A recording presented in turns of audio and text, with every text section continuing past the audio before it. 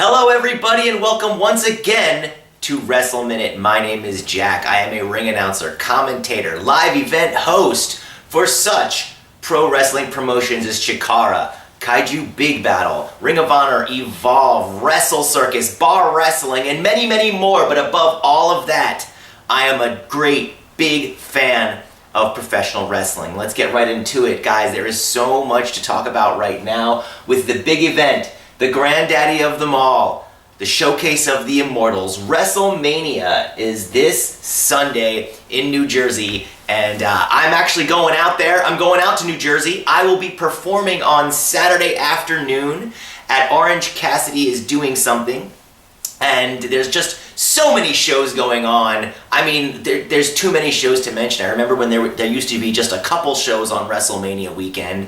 Ring of Honor would have a show, and then maybe there would be a couple others going on. Now, every single wrestling organization in the world descends upon WrestleMania weekend. And it's really amazing because what WrestleMania has become is it's become a celebration of professional wrestling. It really is. It's like a weekend where you just celebrate the sport you love, and it's a fun thing to be a part of. But right off the bat, I would like to talk about John Oliver and what he talked about on his show Sunday night, which kind of caught me off guard. I had no idea that he was doing this piece, and he really centered in on Vince McMahon and his insistence on categorizing his wrestlers as independent contractors, which I think is probably the biggest issue, I think, in the WWE right now. I think more so than almost anything else.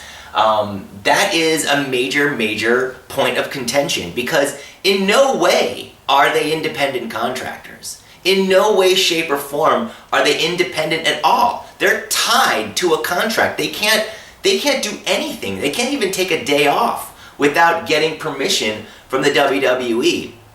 And they don't have any health insurance. That's another issue. Even the issue of the fact that they're putting their bodies on the line every single night and they don't have health insurance, even that is an issue that is separate from the fact that they're being classified as independent contractors, which goes hand in hand with why Vince doesn't have to give them insurance. And I understand that the WWE has paid for, in the past, they've paid for medical, surgery and things like that when a wrestler gets injured in the ring, and I understand that. But the point is that there's no other business in the world that demands as much as being a professional wrestler.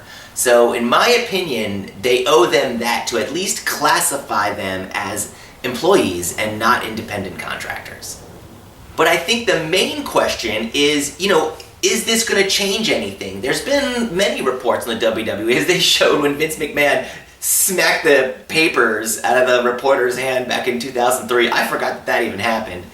But will anything change is the big question. And I think that is largely up to the fans. Because when the fans demand something, then that brings it to Vince's attention. If we get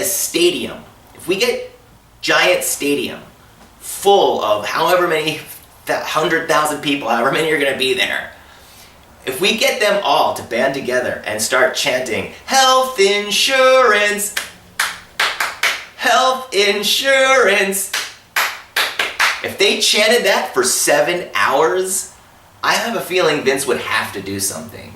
So, all you WWE fans out there, this is up to you. This is your chance to make a difference here. If you care about your wrestlers, you care about their well-being, your voice needs to be heard.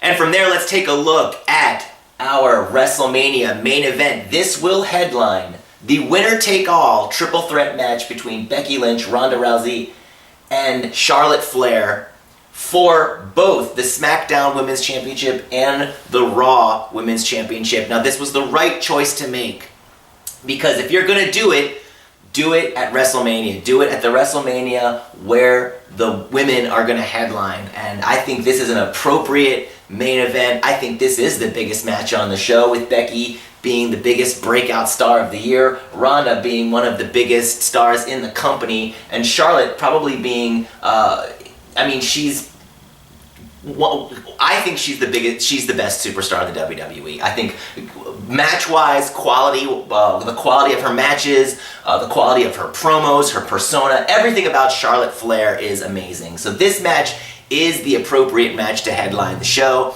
I'm very excited to see what happens. Will Ronda Rousey win and then leave the WWE and vacate both titles? Will Becky Lynch finish WrestleMania with both? What an amazing ending to Becky Lynch's story if she ends it by headlining WrestleMania and then winning both titles. I mean, that's a pretty great ending to her story. So I'm very excited. I think this is a very, very good main event, and I think it's captured everyone's imagination. I'm excited to see it.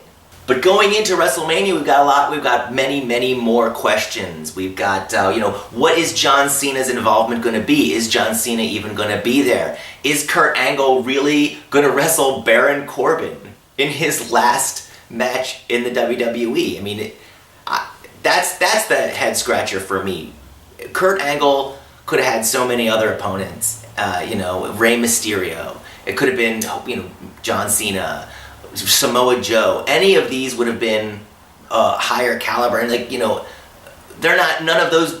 We don't even know none of them are really doing anything special anyway. So I don't understand why Baron Corbin had to be Kurt Angle's final opponent. It doesn't make any sense. The fans obviously don't like it. So is there going to be a surprise there? That's one of the things we all want to know.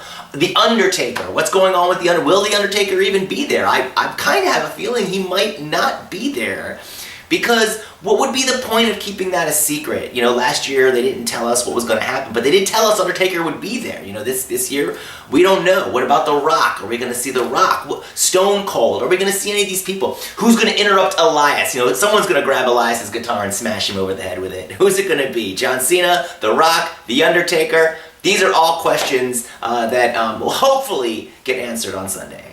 Another big question on everyone's mind is how long is WrestleMania going to be? I mean, we know it's going to be at least 7 hours long, but are they going to stretch it to 8, 9 hours? Who knows? It gets longer and longer every single year. And the question is, how long does this show have to be? And why are they so bad at getting everybody on the show? With all this time, they're not even able to get all the wrestlers that deserve time on the show. And that leaves, the Andre the Giant Battle Royal and the Women's Battle Royal to just sort of stuff everybody else on. And I understand, the frustration of a lot of wrestlers. They're upset that they didn't get a spot on the show and that they're relegated to the Battle Royal. But a lot of times, you got to ask yourself, what are you doing to make yourself a special wrestler? Are you working on your promo ability? Are you making your character well-defined?